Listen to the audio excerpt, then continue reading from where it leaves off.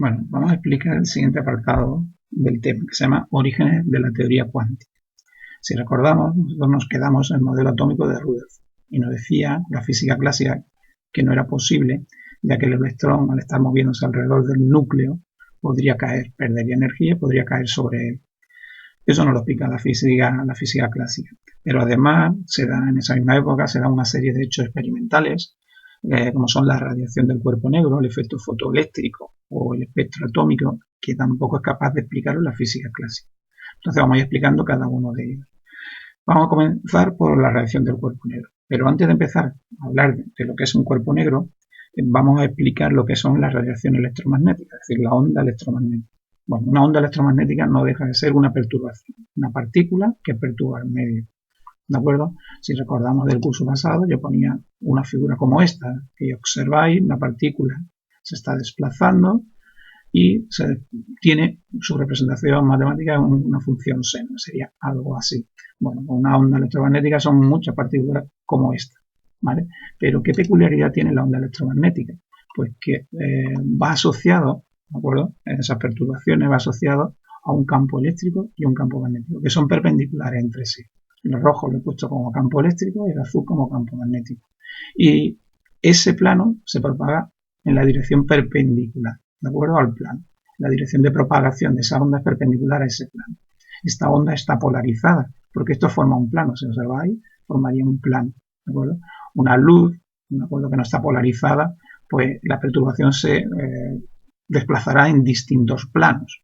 Esta no, esta está polarizada, ¿de acuerdo? Parámetros interesantes que necesitamos conocer de una onda, es decir, magnitudes que nos describen las ondas. Pues una de ellas es la longitud de onda. La longitud de onda en realidad se representa por lambda, ¿vale? La longitud de onda se representa por lambda. ¿Y qué es una longitud de onda? Bueno, una longitud de onda también se le llama ciclo. Son dos puntos que se encuentran en el mismo estado de perturbación. Observáis este punto y este están en el mismo estado de perturbación, ¿de acuerdo? Aquí tenemos el punto máximo que se llama cresta y la distancia de la cresta al cero se le llama amplitud. Otras magnitudes que nos interesa conocer son pues, la frecuencia, por ejemplo. La frecuencia se mide en segundo menos 1, ¿vale? Segundo menos 1. ¿Lo puedo escribir? Aquí. Segundo menos 1. O hercios, ¿de acuerdo? Eso es la frecuencia. ¿En qué consiste la frecuencia? Pues el número, imaginar por aquí, el número de ciclos. Yo pongo aquí un punto. Le voy a señalar aquí un punto. Con este punto, el número de ciclos de longitud de onda que pasa por ese punto. Como en física lo referimos todo al segundo, pues el número de ciclos que pasa en un segundo por este punto, ¿vale? Eso sería la frecuencia. Segundo menos 1, otra magnitud es el periodo. El periodo que es pues, el tiempo que se invierte en recorrer un solo ciclo. Tiempo que se invierte. Eso se mide en segundos. La relación entre la frecuencia y la longitud de onda viene por la velocidad de la luz, que es igual a lambda por la frecuencia. Una relación entre longitud de onda y frecuencia. Dicho y explicado un poco qué son las ondas electromagnéticas, las radiaciones electromagnéticas, parte interesante, bueno, ¿por qué no es tan interesante lo de las ondas electromagnéticas? Porque la onda electromagnética, la radiación electromagnética lo que hacen es transportar energía por el aire y no necesita un medio para propagarse. Las ondas sonoras, bueno, que son ondas mecánicas, sí necesitan un medio para transportar esa energía. ¿De acuerdo? Necesitan el medio. Esto no. Bueno, aquí he puesto un poco anecdótico, pues, porque vemos nosotros los colores.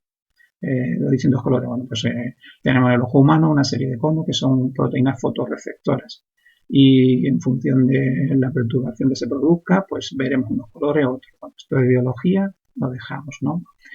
Vámonos a la parte que nos interesa. Bueno, porque a nosotros nos interesa realmente la interacción de las radiaciones, ¿de acuerdo?, con la materia. Es decir, la onda electromagnética transporta energía, pues esa interacción de esa radiación con la materia. Aquí he dibujado un material y le he hecho incidir una onda, una radiación electromagnética de color blanco, una luz blanca. ¿Qué sucede? Pues que el material, si absorbe toda la radiación, el material se va a ver negro. Si refleja toda la radiación, se va a ver blanco. Si absorbe una parte, y refleja otra, pues la que refleja será el color que nosotros veamos. Por ejemplo, yo aquí lo he puesto rojo, dice ha absorbido todas las radiaciones. La blanca se compone de muchas longitudes de onda, de unas pocas, y absorbe solo una parte. Bueno, pues yo veía la que ha reflejado, la que no ha sido absorbida, ¿de acuerdo? Pero estamos viendo la interacción de esa radiación con la materia.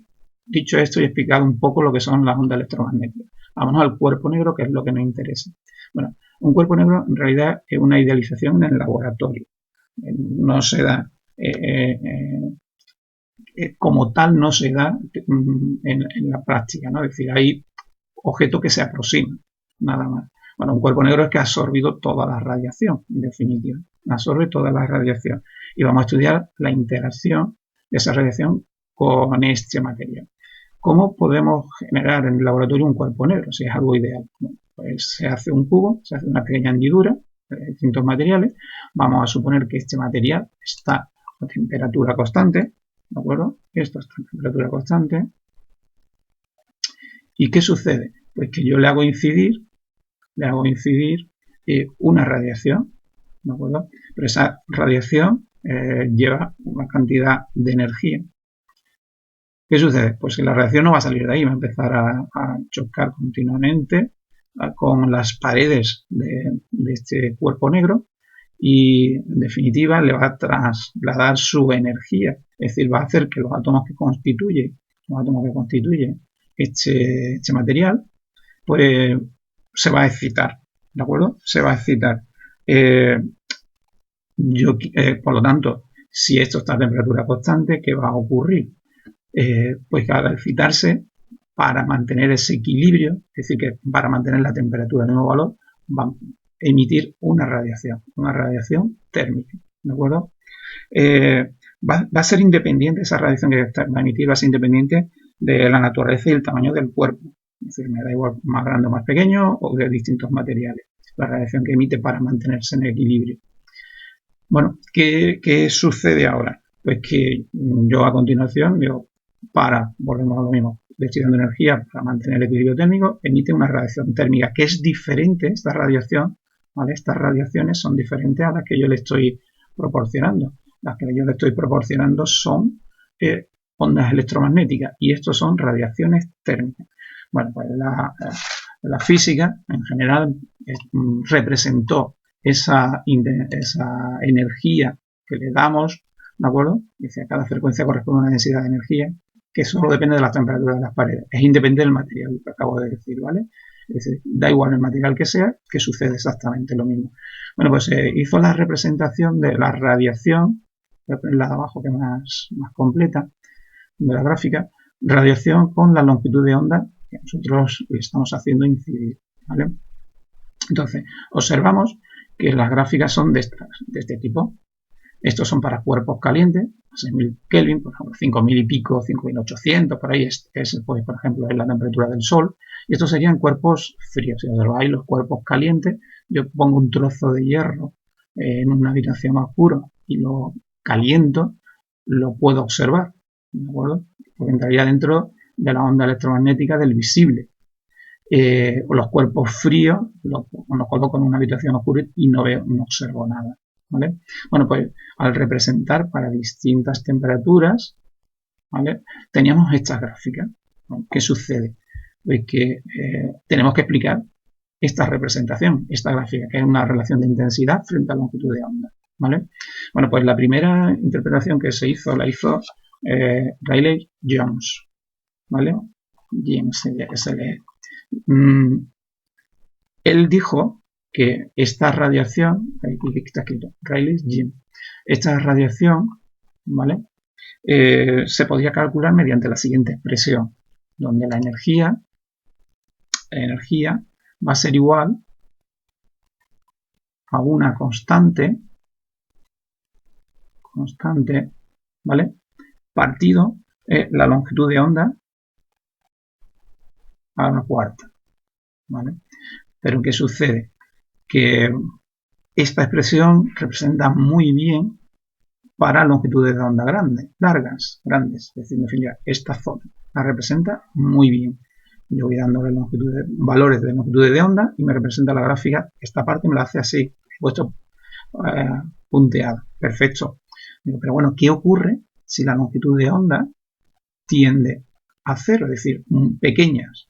Si las longitudes de onda son pequeñas, ¿qué ocurriría? Si esto es un número dividido por cero, la energía tendería a infinito, ¿vale? Tiende a infinito. Conclusión, eso no va en sentido con todo lo que dice la física clásica, ¿de acuerdo? No puede haber energía infinita. No es capaz de explicar, es decir, esta expresión que dedujo Rayleigh, no es capaz de explicar para la longitud de onda, es decir, para esta gráfica, no es capaz de explicar para esta gráfica las longitudes de onda cortas, es decir, para aquí, para esta zona, no es capaz de explicarlo. Como si observáis en el gráfico, lo he dividido en visible, ultravioleta e infrarrojo, a ese problema se le llamó catástrofe del ultravioleta, es decir, como la expresión, la ley de Rayleigh-Jeans no es capaz de explicar esta zona, entra dentro del ultravioleta, se le llamó catástrofe del ultravioleta. Bueno, más cosas que explicaba la física clásica. Estos puntos también es capaz de explicarlo la física clásica, es decir, los máximos que da cada cuerpo a distintas temperaturas. Y esto lo explicó o lo introdujo la ley de Wien, ¿de acuerdo? Lo viene escrito Wien. ¿Y qué nos dice la ley de Wien? Pues que nos dice que la longitud de onda máxima, ¿de acuerdo?, va a ser igual, de nuevo, a una constante partido la temperatura.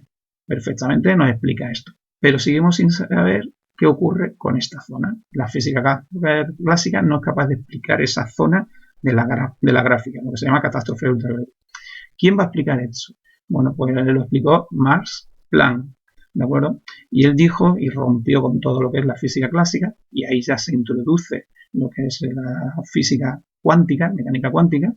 Él dijo que en realidad las radiaciones van a estar formadas por paquetes discretos de energía, y los calculó. Yo voy a poner la expresión simplificada, que es la que nosotros vamos a utilizar. Nos dice que la energía de las radiaciones va a estar cuantificada, va a tener valores discretos, que calcula como n, donde va a ser un número entero, h, que es la constante de Planck, por la frecuencia.